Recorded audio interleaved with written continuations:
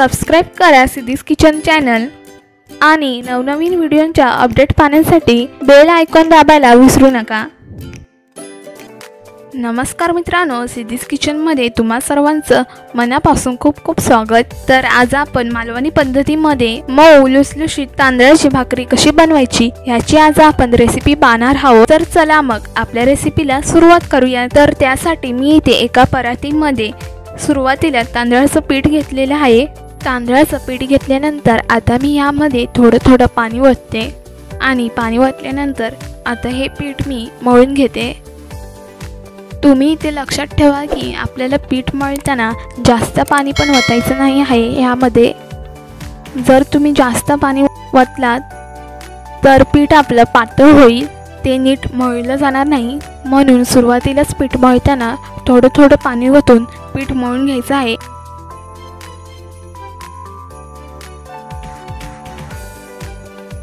आणि हे आता आपल्याला भाकरीचं पीठ, जसं की आपण चपात्यांसाठी पीठ कसं मळतो अगदी त्याच पद्धतीने आपल्याला इथे भाकरीसाठी सुद्धा पीठ मळून घ्यायचं आहे।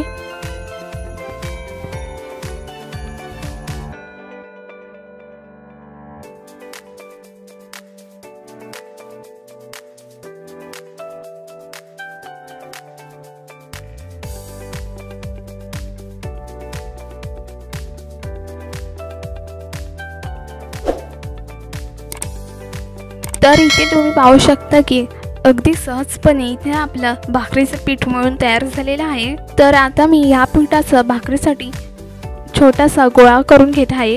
हे तुम्ही सुद्धा इथे पाहू शकता। गोळा करून झाल्यानंतर आता आपण ह्या परातीमध्ये थोडंसं तांदळाचं पीठ टाकूयात। तांदळाचं पीठ टाकल्यानंतर आता ह्यामध्ये आपण जो आधी भाकरीसाठी गोळा केलेला होता तो आता ह्यावरती ठेवूयात।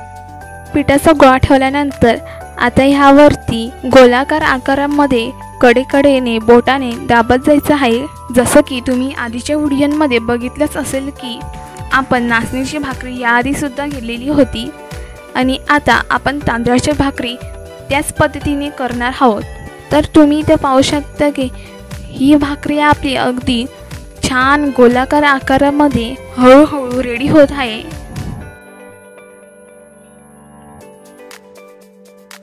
त्यानंतर आता ही भाकरी आपण आता तव्यावरती घालूयात। या पद्धतीने तव्यावरती भाकरी ठेवल्यानंतर आता आपण ह्यावरती पाणी थोडंसं घेऊन हाताने या संपूर्ण भाकरीला लावून घ्यायचं आहे। वरून भाकरीला पाणी लावून झाल्यानंतर आता ही भाकरी आपण परतून घेऊयात।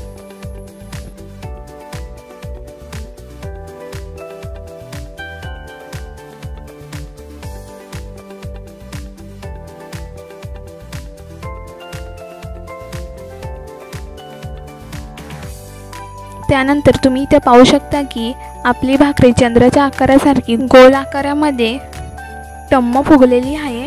त्यानंतर आता ही भाकरी आपण एका प्लेटमध्ये काढून घेऊयात।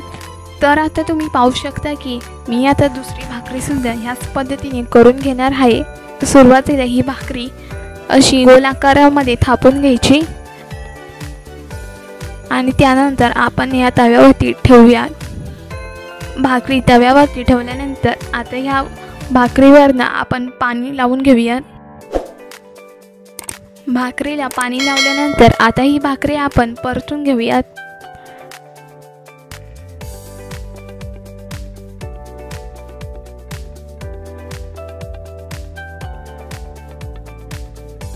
भाकरी परतून झाल्यानंतर आणि आता तुम्ही सुद्धा इथे पाहू शकता की ही सुद्धा आपली भाकरी टम्म फुगलेली दिसत आहे। तर ह्याच पद्धतीने आपल्याला बाकीच्या भाकऱ्या सुद्धा बनवून घ्यायच्या आहेत। तर मित्रांनो, ही भाकरी तुम्ही भाजी बरोबर, मटणा बरोबर, चटणी बरोबर किंवा कशाही बरोबर तुम्ही खाऊ शकता। आणि ह्या मालवणी पद्धतीची भाकरी तुम्ही जरूर ट्राय करून बघा। कशी झाली हे आम्हाला कमेंट बॉक्समधून नक्कीच कळवा। आणि तुम्हाला हा व्हिडिओ आवडला असेल तर या व्हिडिओला सबस्क्राइब करा आणि लाईक करा।